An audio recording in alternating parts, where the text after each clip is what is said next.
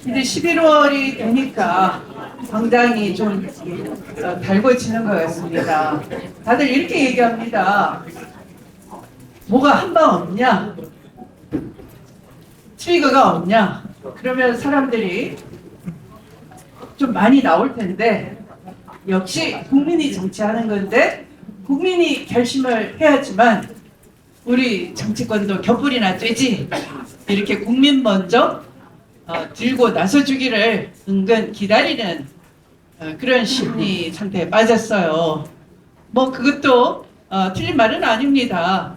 국민이 이해를 안 하고 미동도 안 하는데 정치권이 먼저 나서면 저거들 또 소란스럽게 해서 자기들 정치판을 만들려고 하는 거지, 이렇게 그냥 이 정치판에 어뢰 있는 이전투구로 생각할 것이기 때문에 국민들이 이 국정농단에 대해서 충분히 이해하시고 더 이상 안 되겠다 분노해 줄 때까지 우리가 인내하고 기다려왔습니다. 그런데 생각해보면 자고 나면 또 다른 사건, 더 심각한 사건 속에 앞에 일어난 것도 심각하기가 그지없는데 어느덧 둔감해져가는 국민들을 보면서 무척 답답했을 거예요. 만약 이런 사건이 우리 진영에, 만약 이재명 대표에게, 이재명 대표의 부인에게 일어났더라면 어떻게 됐겠습니까? 이미 수사의 칼날을 깊숙이 찔러서 골로 보냈겠죠. 이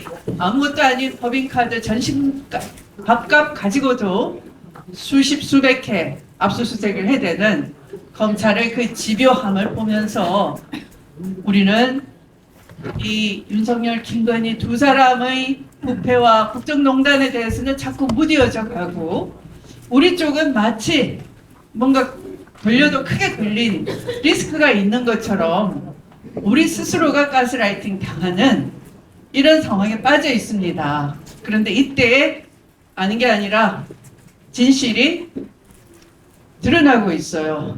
저는 이번에 우리 강혜경 씨의 그 용기 있는 또 담담한, 침착한 그런 자세를 보고 저런 시민이 드디어 나타났구나, 그렇게 생각을 아니할 수가 없었어요.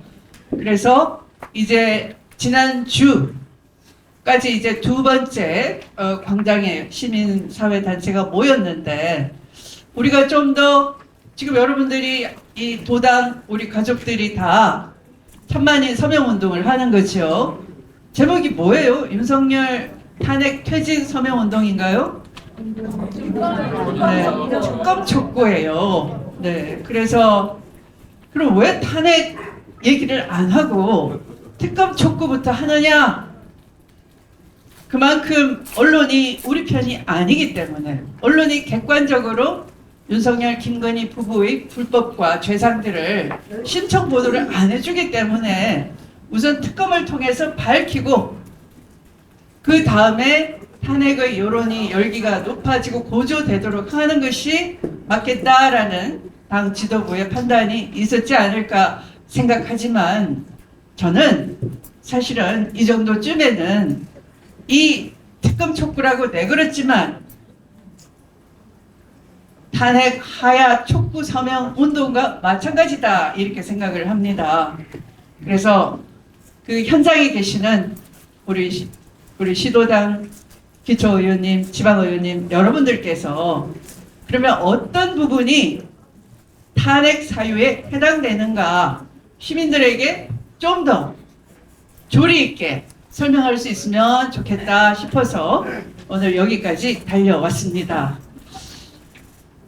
제가 검찰총장 시절 언제 이 사람은 굉장히 문제가 많다, 상식적이지 않다, 나라를 절단내겠다, 제일 처음에 느꼈던 얼토당토하는 순간이 있었습니다. 그때는 애초에 제가 맞닥뜨린 수사 지휘 사건이 채널A 검언유착 사건이었는데요. 그 사건 이전에 이미 뉴스타파에서 김건희의 주가 조작 혐의에 대한 보도가 있었습니다. 그런데 그 무렵이 언제쯤이냐 하면 2020년 2월이에요. 2020년 2월은 부정이 있었던 것 같아요. 네. 그리고 1월 20일 날 대구에서, 그러니까 1월 하순경이죠. 1월 하순이 막 접어들었을 때 대구에서 이 코로나19 감염 확진자가 발생했는데, 그때 방역 당국은 밀집 시설에 가지 말라 라는 그런 권고를 했었어요. 그런데 그걸 어기고 신천지 교회에 예배를 보러 갔다라고 알려져서 대구의 경찰이 이 신천지 교회에 대해서 이 압수수색을 시도를 했어요. 영장 청구는 경찰이 신청하고 검찰이 청구하면 법원이 발부하는 것이죠. 그런데 희한하게도 대구지검에서 경찰이 신청한 영장 신청을 청구를 해주면 되는데 돌려보냈어요. 왜 그랬을까요? 나중에 제가 알았는데 저는 대단히 경악을 했습니다. 바로 대검 수뇌부는 누가 있었죠? 윤석열 검찰총장이 간부들이 모인 자리에서 이렇게 얘기했다는 거예요.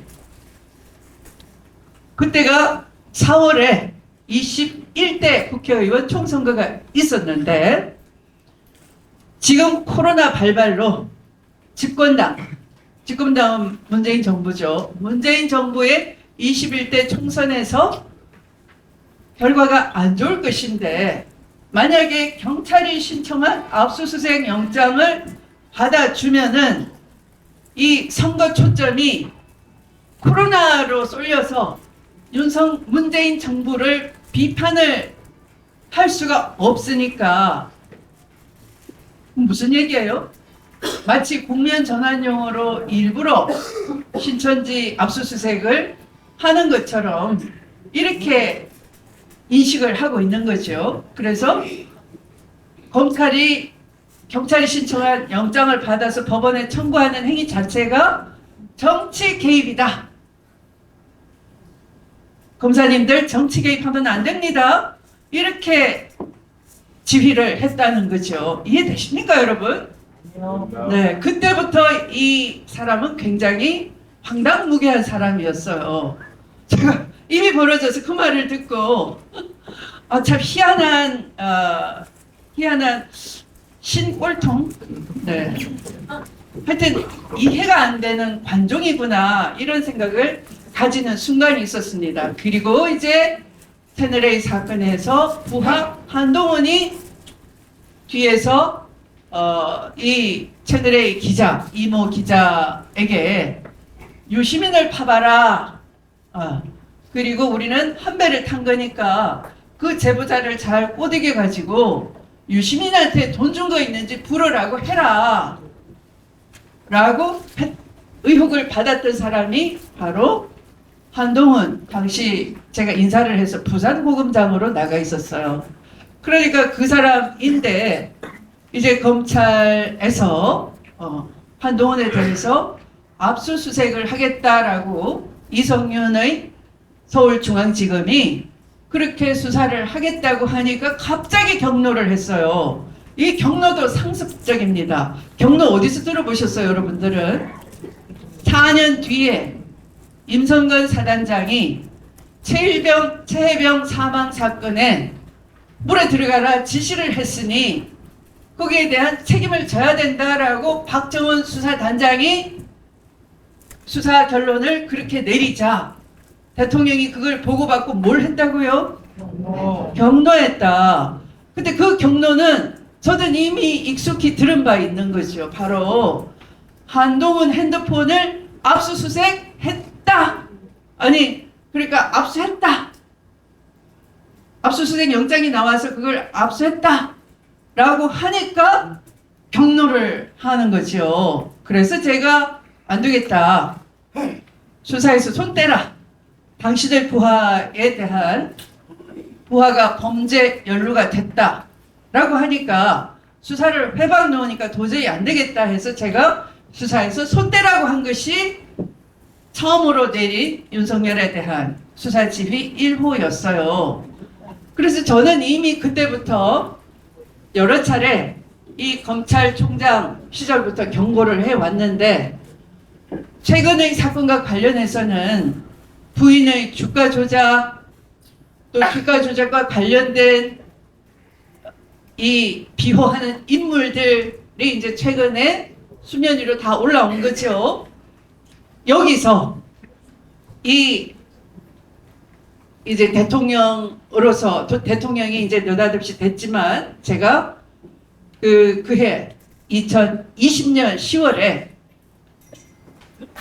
도이치모터스 주가 조작에 대해서도 수사 지휘를 내려서 부인이 이해관계자니까 수사에서 손 떼라 이렇게 얘기를 했어요. 그랬더니 수사에서 손 떼기는커녕 뭐라고 했을까요? 수사를 하고 있는 이성윤 검사장에게 버럭 소리를 지르면서 수사를 한다는 이유로, 부인 연루 사건을 수사를 한다는 이유로 네 눈에 뵈는 게 없냐. 저는 이렇게 여성의 목소리로 조곤조곤 얘기하지만 성대묘사 한번 해볼까요? 야, 이 삐삐, 네 눈가에 뵈는 게 없냐? 뭐 이랬다는 거죠. 죄송하지만 이 눈가는 제가 쓰는 단어가 아닙니다. 조폭들이 뭐 파볼라 할 때 뭐라고 했죠? 네, 그때 쓰는 용어인데 이런 말들을 하는 사람이었어요. 그런데 그걸 저는 익히 많이 들어봐서 하나도 안 이상해요. 그리고 이분이 걸핏하면 여러분이 얘기하거나 제가 얘기하면 삐삐 처리가 될 거예요. 그런데 제 옆에 윤석열과 같이 지냈던 검찰국장, 법무부 검찰국장이 있어요. 조남관이라는 검찰국장이 있었는데 하루는 쩔쩔 매는 거죠. 봤더니 문자를 받았는데 아까 그 이성윤 검사장이 네 눈에 뵈는 게 없냐 XX 하는 거와 유사하게 육두 문자가 가득한 거예요. 그 문자로. 여러분이 이 문자 메시지를 보낼 때는 주로는 뭐 좀 화났다 그래도 유유하거나 아니면 좀 너 좀 한심하다 그럴 때 키읔키읔 크크 하거나 이 정도 아닙니까? 그런데 이분은 아예 그냥 노골적으로 그 욕설을 그대로 문자로 씁니다. 그러니까 이 다급하니까 근데 계속 욕을 들어먹다가 안 되니까 이제 전화가 왔는데 이제 받았잖아요. 이미 화가 이빨이 나 있는 거죠. 근데 다 들려요, 옆에서. 욕설을 계속 날리는데 창피하니까 이제 나가서 받는 거예요. 그러니까 이런 사람인데 여러분이 그나마 엊그저께 뭐 했죠? 대국민 사과 아니고 변명 말잔치 말폭탄 그걸 2시간 동안 들었는데요. 그걸 무제한하겠다고 했는데 무제한하지 않아서 참 다행이죠. 그런데 뭐 그날 그 말이 안 되는 터무니없는 말들 그런 것들은 이미 저는 예견을 했었던 거죠. 우리 언론이 그걸 미화해주고 영웅으로 만들었죠. 그래서 저는 검찰총장 징계를 하지 않을 수가 없었고 징계 청구가 받아들여졌고 받아들여졌다는 건 대통령도 그 잘못을 인식을 하시고 결재를 하셨다는 얘기예요. 그러나 그 후에 제압을 하지 못했기 때문에 오늘날의 이 사태를 온 국민이 당하는 또 온 나라가 망가지는 그런 비극적인 일이 있는 건데요.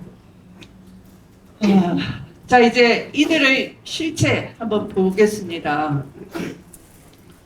우선 결론부터 앞에서 얘기하면 이런 거예요. 이제 여러분들이 가두 서명을 받는다고 하면 어떤 말 안 통하는 태극기 할매가 쫓아와가지고 삿대질 막 하면서 대통령 마누라가 잘못이지 대통령이 뭐가 잘못 있어 좀 협조를 해줘야지 좀 우리 먹고나 살게, 쌈박질 하지 말고 나라 살림이나 잘 살아.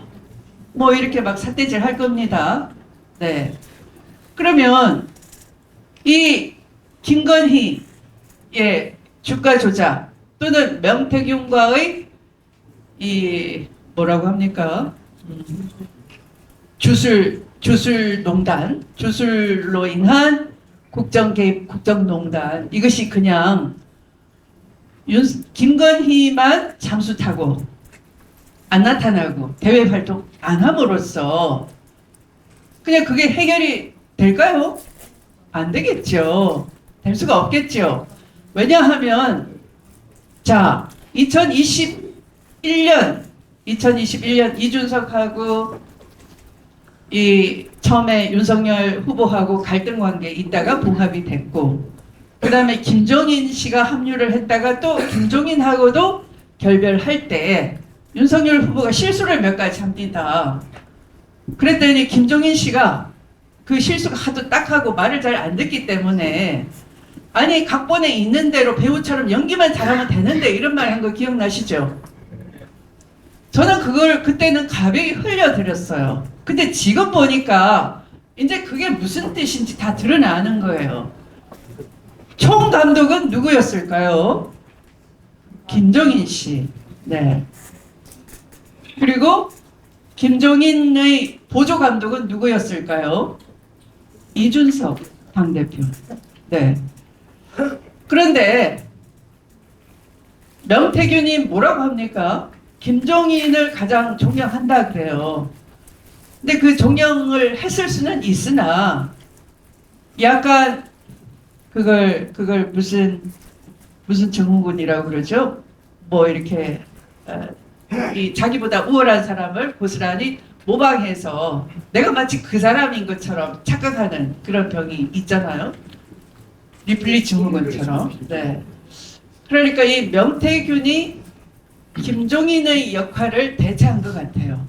김종인을 밀어내고 명태균이 책사가 돼서 이 명태균의 조감독은 누구일까요?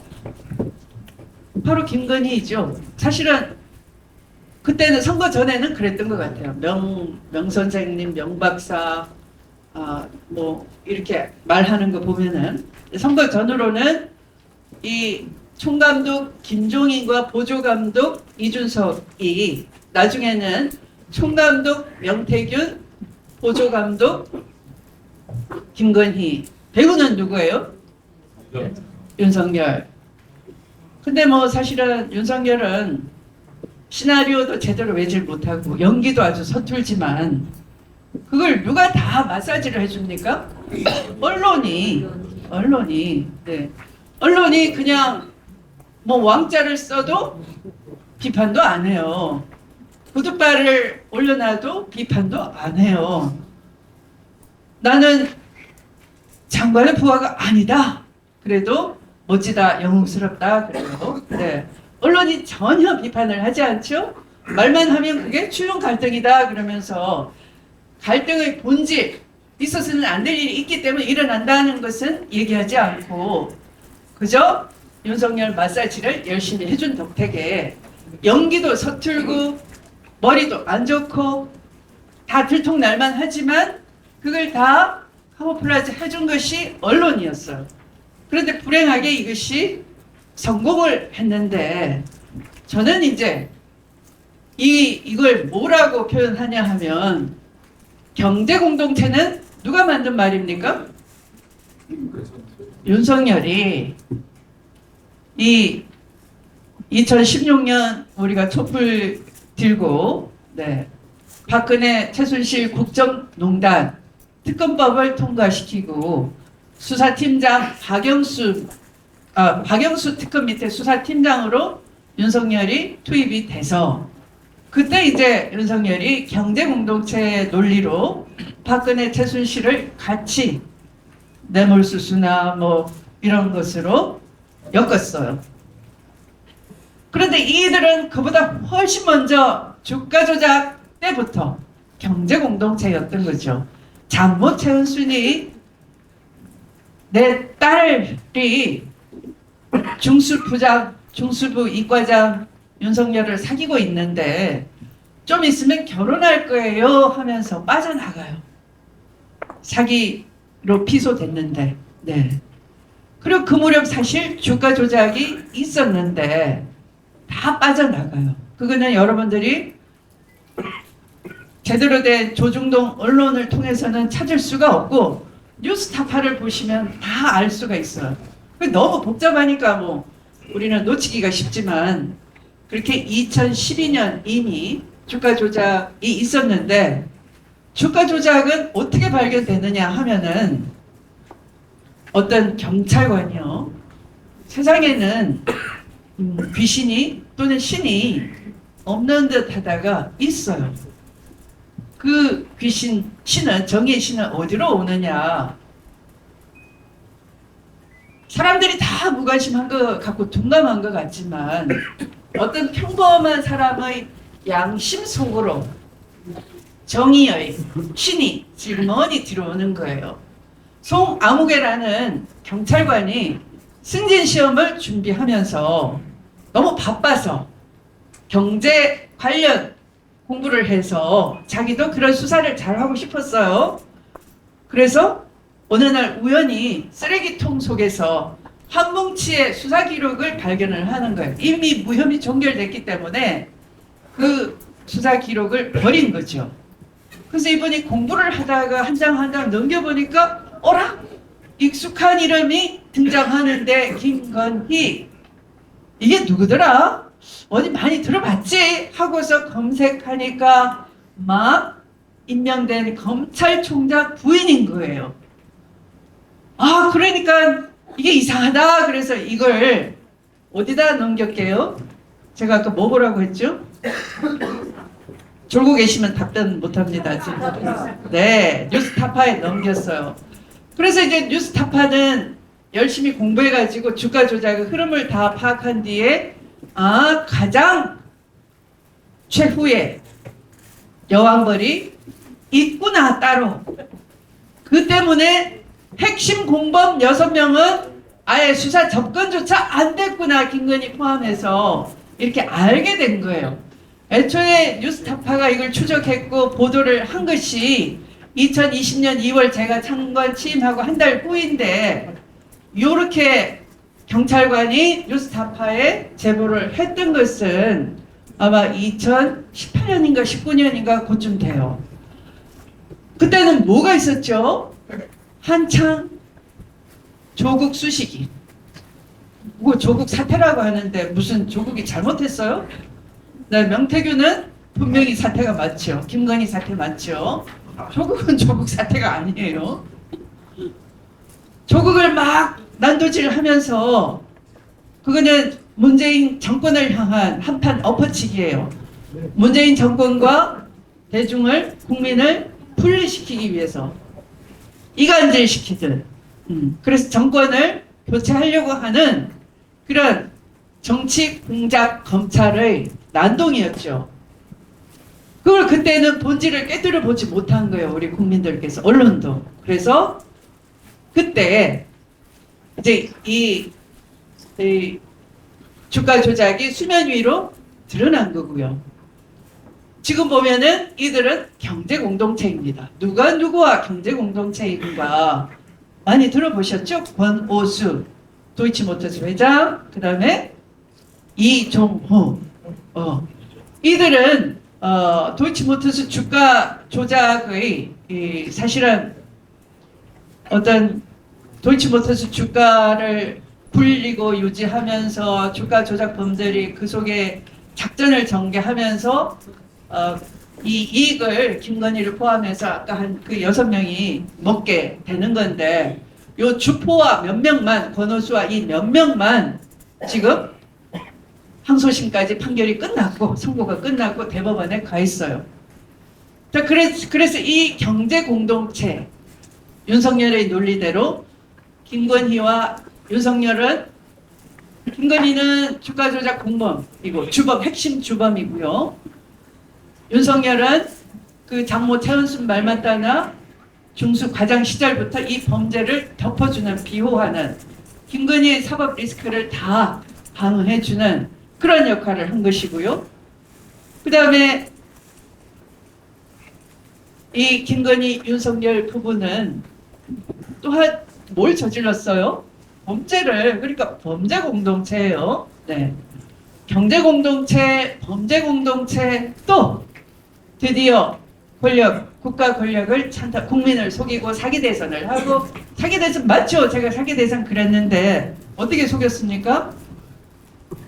여론 조작을 해서, 그 여론 조작은 점점 더 진화를 해서, 어제 더불어민주당, 우리 민주당에서 발표한 거 들어보니까 이 당원 명부 속에 경쟁 후보를 좋다고 응답하는 사람은 따로 추려내가지고 그 사람들한테 다른 여론조사가 오면은 계속 여론조사를 해가지고 회방을 넣는다는 거죠.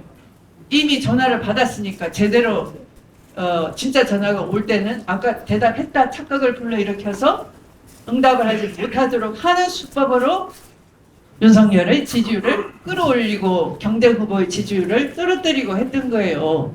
저 이 정도 되면은 대선 사기입니다. 이 대선 사기를 통해서 대통령이 됐으니까 김건희는 뭐예요? 자기가 정상적으로 신랑이 후보 토론을 하고 국민들에게 능력과 실력을 인정을 받아서 대통령이 됐으면 내가 너를 대통령 만들었잖아 이런 소리 안 하겠지만, 아까 그런 명태균을 통해서 이 선거 부정을 통해서 대통령을 만들었기 때문에 너는 내가 만들었고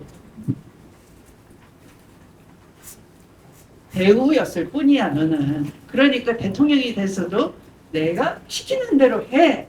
이렇게 된 거니까 아까 여러분들께서 길에서 어떤 태극기 꼴통 할배 할매들이 부인이 잘못할 수도 있지 대통령 아니잖아. 그런데 왜 특검 수사 받고 나라를 시끄럽게 해? 이렇게 얘기하면은 바로 대통령은 배우에 불과하고 김 여사 자기가 대통령을 국민을 속이고 만들었는데 내가 이렇게 국민을 철저하게 능수능란하게 안 속였으면 너 대통령 못했어. 너는 사주팔자에도 대통령 팔자가 없었어. 내가 바로 여왕팔자라고 하잖아. 하늘이 점지해준.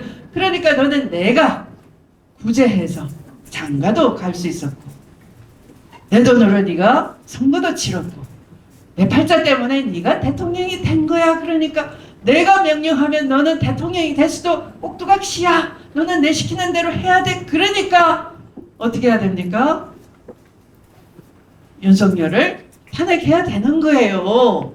라고 여러분들께서 여러분들의 말씀으로 좀 이 할배들을 설득을 해 주셔야 되는데요. 그렇게 하실 수 있겠습니까? 네. 네. 그러면 뭐 저는 내려가면 되겠네요.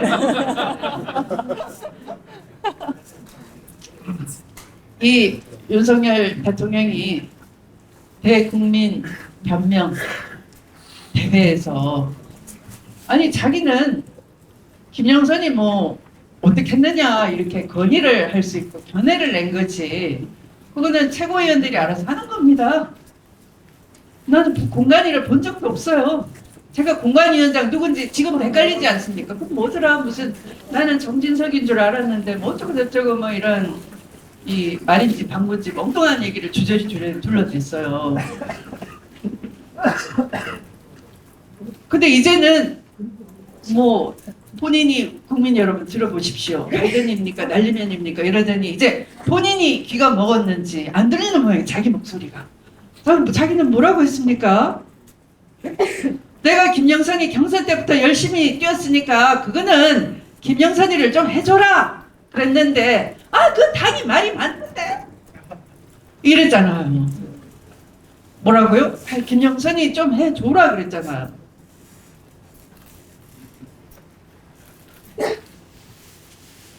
근데 그날이 5월 9일이에요. 그죠? 5월 10일 취임식인데 그 5월 9일날 그러면 그 당에 권성동이라는 법사위원장 출신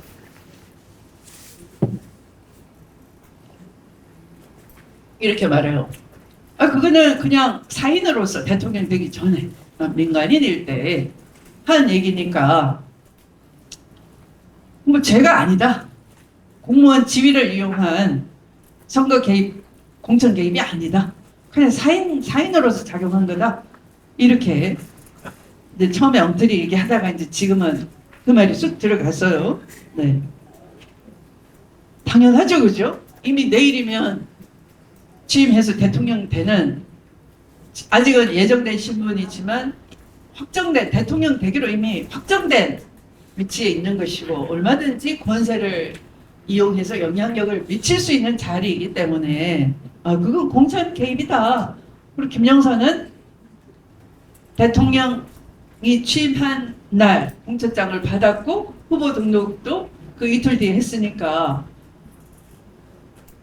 단순히 그냥 건의를 한 게 아니라 그 권세 아래에서 김영선이 공천을 그 다음날 공천장을 받고 후보 등록했다는 것은 범죄의 모의는 5월 9일 날, 범죄의 실행은 5월 10일 또는 5월 13일 후보 등록한 날 이렇게 이루어졌겠죠? 그래서 이것은 빼박 공천 개입 맞다 이렇게 되는 거예요.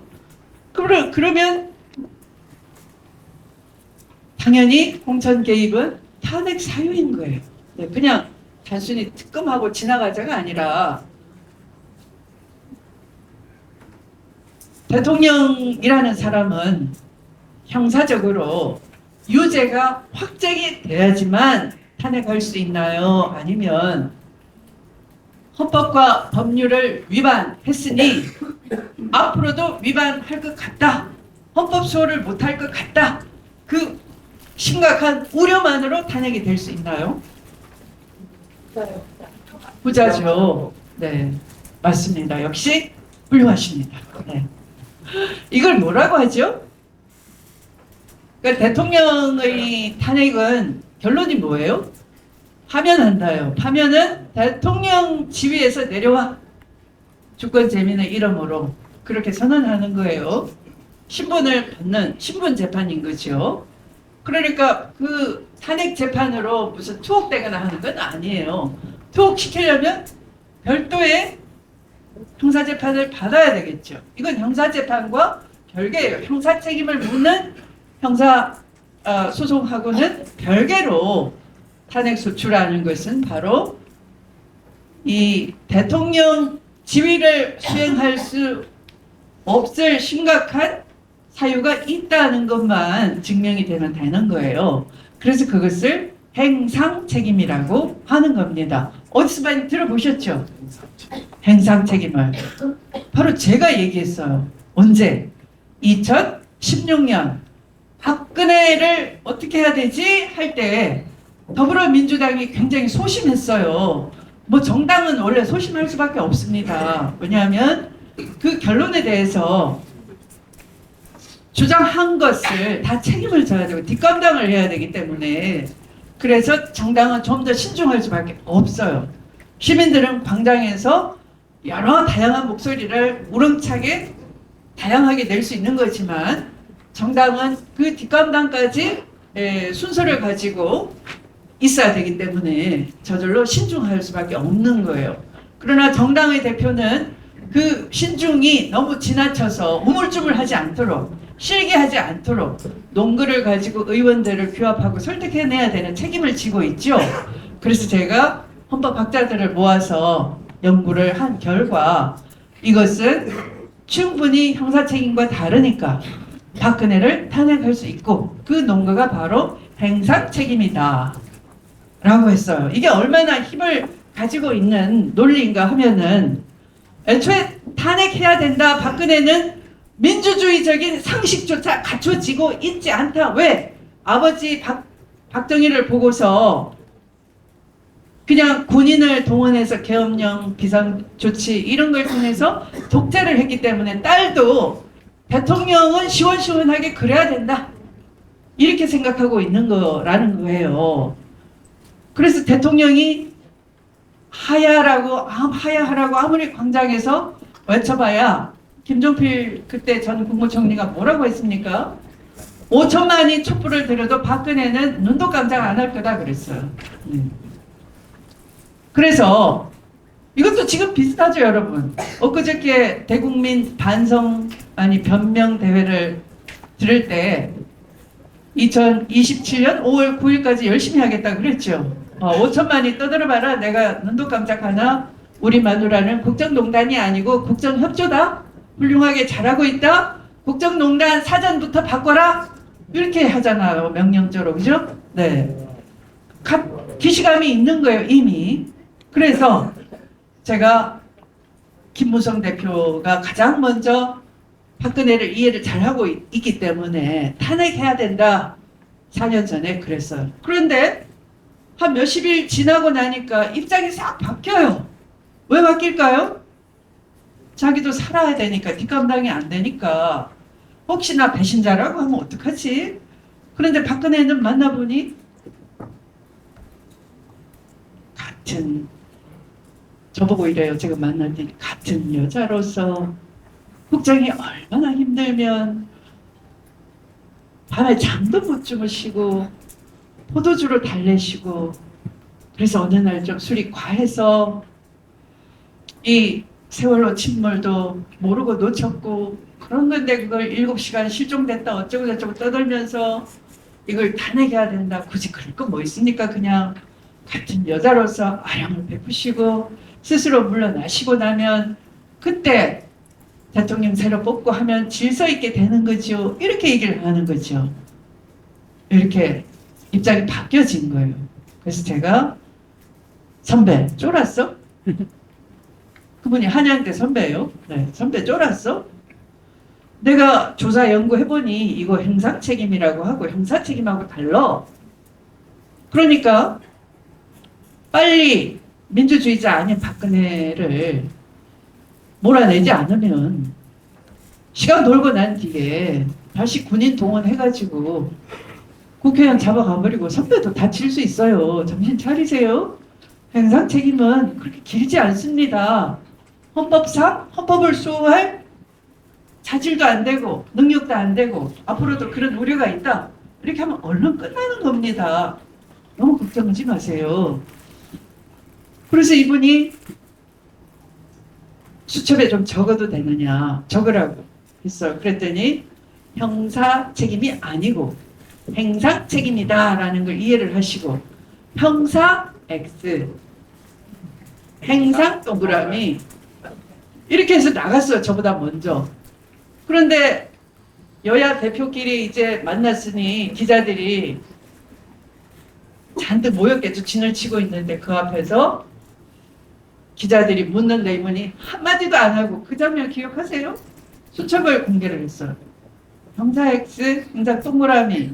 그걸 기자들이 어떻게 번역하느냐 하면은 추미애가 박근혜의 형사 책임은 안 묻기로 묻지 않기로 했다. 행상이 뭔지도 몰라. 그냥 행상은 그냥 저기 시장 통해서 길거리 행상 이렇게 이해를 한 것 같아요. 그래서 뭐 그날 온종일 난리가 났죠. 제가 그렇게 이 뒷거래를 한 것처럼 뒤집어졌죠. 뭐 민주당도 뒤집어져, 그때 심상정의 정의당도 뒤집어져 막 저를 비난하고. 그래서 이제 JTBC에 어떤 전문가가 나와가지고 이제 제가 사고 쳤다고 막 그래요. 그래서 제가 그 이튿날 이거 사과 방송 내세요. 형사 X 행상 동그라미는 이런 뜻입니다. 했더니 사과 방송을 하더라고요. 덕분에 행상 책임을 전 국민이 이해하게 됐어요. 또 그 덕분에 헌법재판소도 그 논글을 무시할 수가 없었어요. 그래서 이정미 헌법재판관의 파면 선고의 근거가 된 것이 바로 그 행상 책임이었던 거예요. 지금도 그것은 강력한 힘이 되는 겁니다. 걱정하지 마십시오. 아니 추운 데서 이제 날은 점점 추워지는데 천만인 서명운동이 탄핵이 아니고 특검 촉구야? 탄핵돼야 되는데 빨리 끌어내려야 되는데 그 담아 들어보니 1시간도 더 대통령 자리에 뒀다가는 나라 더 절단나겠는데 답답하다 이런 적극 지지자도 만나실 겁니다. 그런데 추 땡땡 말 들어보니 행상 책임을 물을 수 있다고 하고 이거 탄핵 사유가 된다고 합니다. 우리 그렇게 제목만 바꾸면 됩니다. 우리 이거 탄핵 서명으로도 활용할 수 있겠어요. 걱정하지 마시고 서명해 주세요. 이렇게 할 수가 있어야 되는 거죠. 근데 이제 명태균의 공천 개입은 명백한 탄핵 사유이기도 하고 이것만 있는 거 아니에요. 이제 뭐 더 나아가면은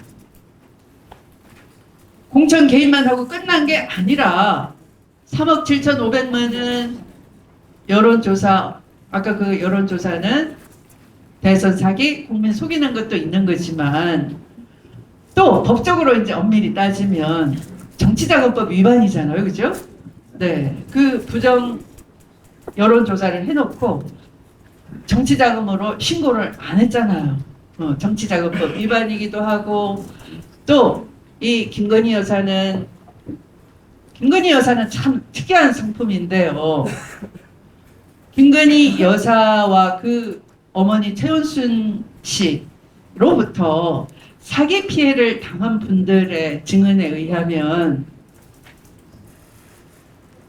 자기 돈은 10원짜리 하나도 아깝고 남의 돈은 내 돈인 거예요. 네 돈은 내 돈이고 내 돈은 내 돈이다가 그분들의 철학이에요. 그러니까 3억 7,500만 원 줬으면 되겠죠. 네. 근데 그걸 누가 빚 갚으라고요? 김영선은 네가 갚으라. 선물이다. 열심히 한 것에 대한 선물이다 하는 의미는 너한테 공짜 주는 게 확실하다는 의미도 있지만 공짜 선물이 어디 있어, 그죠? 그러니까 너는 그 대가를 내가 갚을 돈을 김인서 네가 선물 받았으니 네가 선물비를 명태균한테 줘라 그 얘기인 거예요. 근데 그 선물비가 그냥 3억 7천만 원으로 끝나는 게 아니에요. 황금이의 양육 책임까지. 황금이가 누구예요? 명태균 씨의 딸이고 김건희 여사한테 고모라고 불렀다고 하죠. 네, 그 집은 다 오빠 아니면 고모, 네, 뭐 그런 관계인 모양입니다. 네. 그래서 이제 이런 것들이 다 법적으로 문제가 되겠죠. 또 불법 정치자금 수수뿐만 아니라 강남에 있는 이건 그냥 뉴스타파가 밝혀낸 것만 그래요.